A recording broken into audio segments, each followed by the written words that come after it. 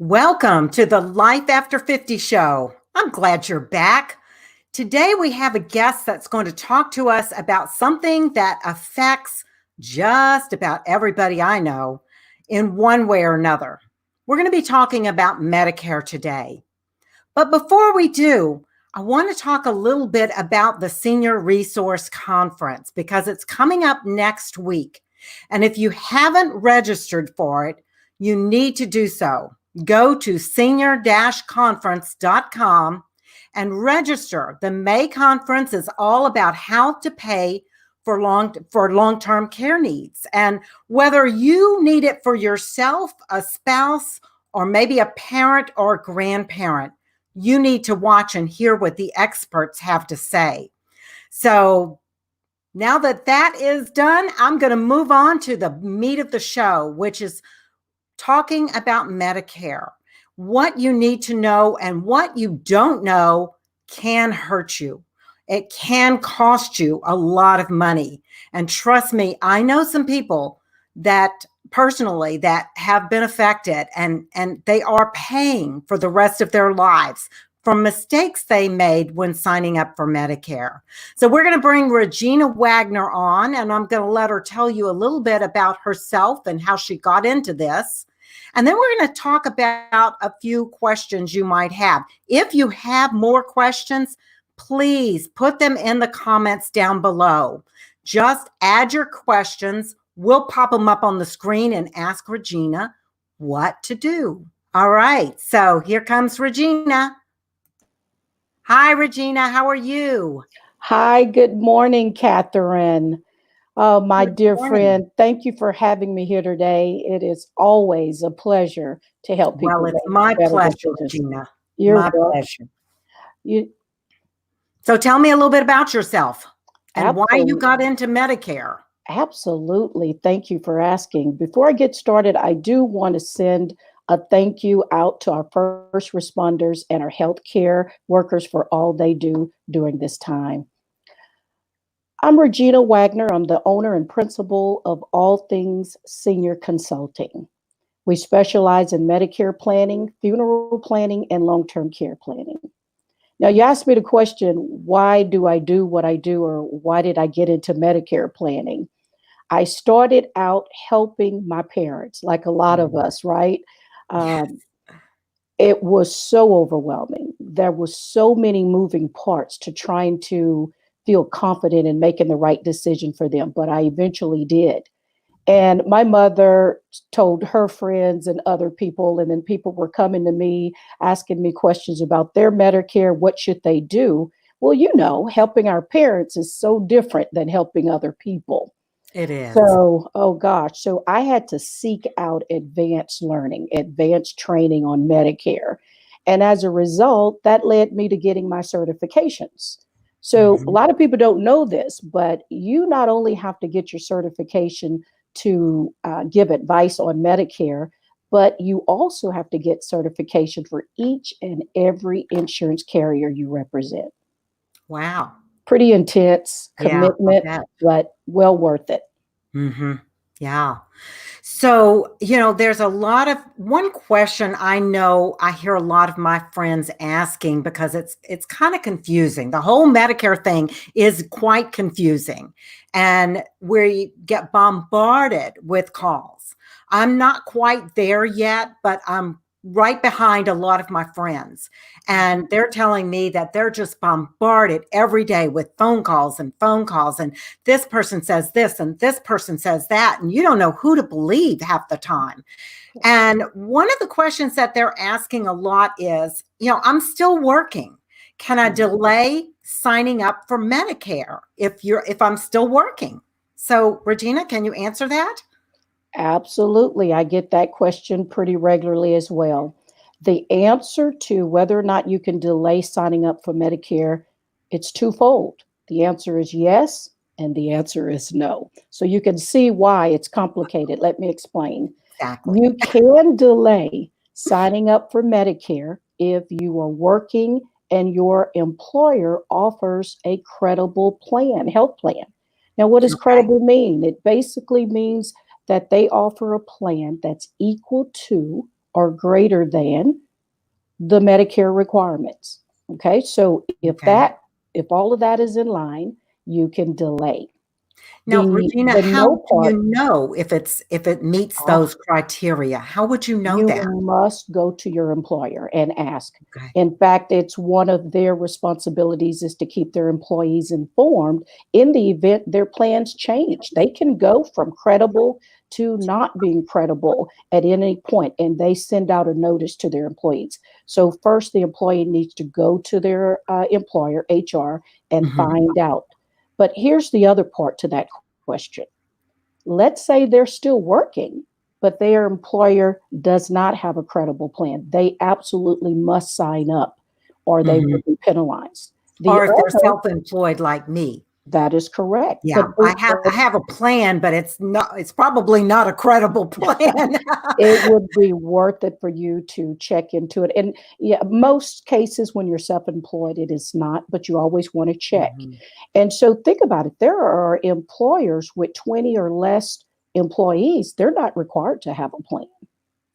So Ah, you can okay. still be working, have no Mhm. coverage, like you mentioned. It's not just the self-employed, but it's Mhm. employees of companies without a plan. They absolutely must sign up. Okay, so what happens if you don't sign up? Then you're going to be looking at penalties. Great question. Remember the beginning of your show, you talked about what you don't know can cost you. Right. Everything, when a person makes poor choices or uninformed choices, it ultimately has a price tag at the end. So, for a person who delays enrollment for lack of joining without having a credible plan, the penalty is 10%. Mhm. And that 10% is going to be assessed as a higher premium payment every single year going forward.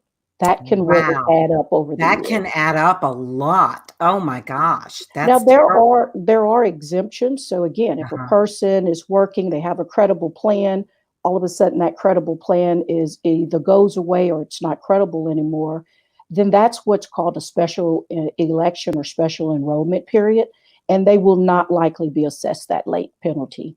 Mhm. Wow, wow. That's something to really be aware of because that can just follow you for the rest of your life. Yeah, Absolutely. yeah.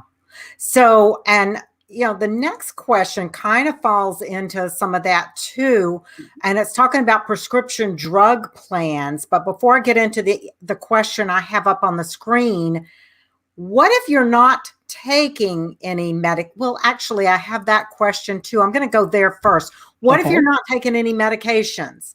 Do you have to sign up for Medicare Part D, which is the prescription drugs, right? Yes, yes. Great question. And a lot of people, unfortunately, when I'm doing reviews, I run into a lot of people say, I don't take medicine, so I didn't sign up. The Hmm. question is, if you're not taking medicines, do you need to sign up? And the answer is yes, you do.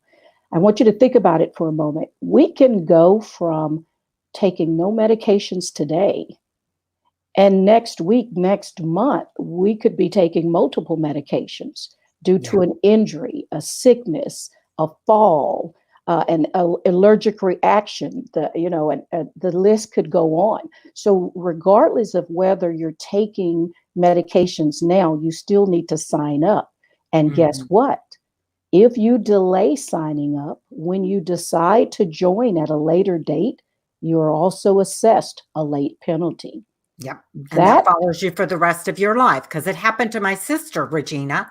She was healthy at Mhm, 65. She didn't need any medication. She tended more towards alternative medications. mhm, And then when she was, I guess, about 70 or a little bit older, she mhm, had major heart problems, heart valve mhm. replacement, heart, bypasses, all kinds of stuff. And obviously, she had to be on medications after that. That's She is right. now penalized for the rest of her life. And Now, it's a pretty hefty little penalty, too. it's a hefty penalty. Yeah. The penalties, That stinks. Yeah, it stinks. And I'm you just gonna find say it. out I think it stinks. I agree with you. And the thing is, people don't know. They find out when it's too late. So Yeah, again, I appreciate having an opportunity to inform people. I get questions about when should I start learning as early, even starting at 50, your mm, show Life After 50, at least learn about it. Now, it's highly likely that things will be different and they will change, but it's right. great to start just checking into terminology and what your options are down the road so you can plan. My Mhm. motto is always hope for the best, but plan for the worst. Right, right. Yeah. Okay, well, good. So now let's go to the other prescription drug plan. Mhm. That's a very confusing thing to me. Uh, should I go with the lowest premium? Most people look at the lowest cost because of regulations. I can't talk about plans, but what I Mhm, can share with your audience is that because different plans have different deductibles, a mhm, deductible is what you have to pay out of pocket before the plan covers any cost. So, because there are different deductibles, there are different co-pays and different co-insurances. And co-pays and co-insurances is the part that you share in the cost of your drug. So, mhm. because plans have different amounts attached to them, it would be very beneficial to know what those are, and you can compare them. You Mhm. can go to Medicare.gov and compare the different plans, the overall cost, as well as the coverage. Tiers, there's different tiers associated with drug formularies. And so, again, these are items that it would be very important for people to learn about ahead of time. So let me ask you something. If you have, say I don't have anything wrong with me. I sign Mhm. up for Medicare today. I get just a very low end drug plan, but 3 months from now, I get sick and I need some major heart medication, say, and it's not on that plan that I chose. Can I change it at that time? How does that work, Regina? That's a great question, Catherine. There's a multitude of answers. It really depends on the person's circumstances. That person may be eligible for a special enrollment period because their health changed and Okay. they are now eligible for a plan that deals with chronic health issues. They could be eligible for a special election period due to the plan changing. It's a long list of what would allow them. But to give you a general answer, okay, a general answer would be most of the time you have the ability to change that plan to an annual election. And every year it's approximately October 15th through December Mhm. 7th. And again, you want to talk with, you can call Social Security, you can call Medicare and get the specifics around your scenario, and they'll be able to let you know if you're eligible for a special election, meaning you can change that plan without a penalty. Okay. All right. So, another question, Regina, that you and I both have heard a lot. Um, will Medicare pay for assisted living for mom, or and will they pay for, second question, home care in the home for mom? Great. Two separate questions, definitely. What I want to say the short answer is no. Mhm. Medicare was never created to cover long term care services that you would get from an assisted living. And so, but believe it or not, this question, I'm so glad you asked, or someone in your audience brought it up, because it is a significant number of people that are completely caught off guard and surprised by that answer. They are. And the reason there's so much misunderstanding around it is because think about it. You probably had a parent or an aunt or an uncle that went into the hospital They were there maybe 3, 4, 5 days. And Mhm. because they were there for so long, they needed some rehabilitation. So upon discharge, charging from the hospital, they were assigned to a skilled nursing facility or rehab facility. Because they had stayed in the hospital, Medicare Part A will cover rehabilitation. So as long as the person is getting better, and for a short period of time, your Medicare will cover it. But it's only limited. There are certain requirements that must be met. And so, again, when we start talking about long term care services like your activities of daily living, when we get to the point where we can't get up and out of bed, if we can't bathe ourselves, feed ourselves, if we can't walk or, toilet ourselves, these are what we call custodial services and activities of daily living. Medicare absolutely will not cover it.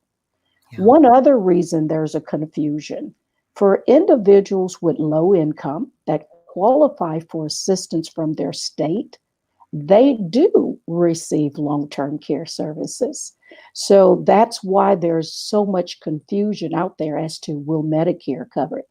The But that's answer through is no. Medicaid, correct? That is correct. That's That through is correct. Medicaid, and But that's a the very big term, confusion for a lot of people. Medicare and Medicaid are 2 different things. yes, but they sound alike. And when we Yeah. start losing our hearing, they sound, they And when you're really do. just not in this industry, they're new words. They're That is just new correct. words, and you tend to blend them together because they sound similar. So you Absolutely. assume that they're going to pay for that. Yes. Wow, And wow. think about it, your conference that you are having, the senior conference coming up, addressing the cost.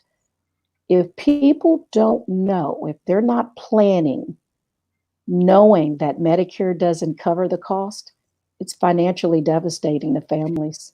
Absolutely, it is. Absolutely, it is. In fact, I'm going to be doing a talk at that conference on the cost of senior care and senior living.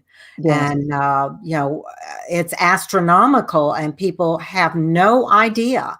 Mm-mm. And I can't tell you how many families I have talked to over the years that they thought Medicare was going to pay for this. Right. And they were so disheartened when they realized that it didn't. And they Exactly. were on their own and they had to figure out a solution. So Mhm. it's important. And you do also sell long-term care insurance too, don't you? And that's another option.